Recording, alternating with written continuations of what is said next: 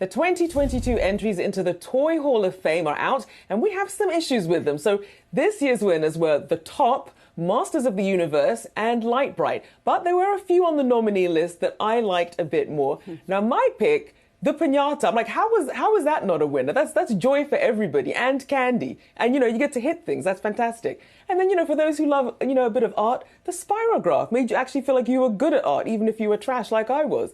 But, it gave me my confidence. I think they should have made it in there. What about you, Seana? Yeah, Rachelle, it's interesting when you take a look at this. I mean, a lot of these toys are still popular today. The retro toys, we talked about nostalgia, so many people buying these types of toys during the pandemic. And part of the reason why the companies couldn't stock the shelves fast enough. So I wasn't necessarily surprised by what entered the Hall of Fame this year, but Bingo, Pound Puppies, and Nerf were three things that I thought maybe should have been included, and I think will likely be included at some point in the future, especially Bingo. When you talk about the total sales of that game over the last several decades and the relevance today, the popularity of Bingo playing out in so many locations today. So it certainly makes a lot of sense.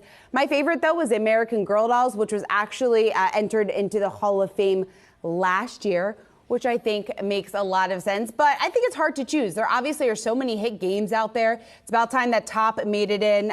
Maybe we'll see some of the ones that we personally like over the next couple of years.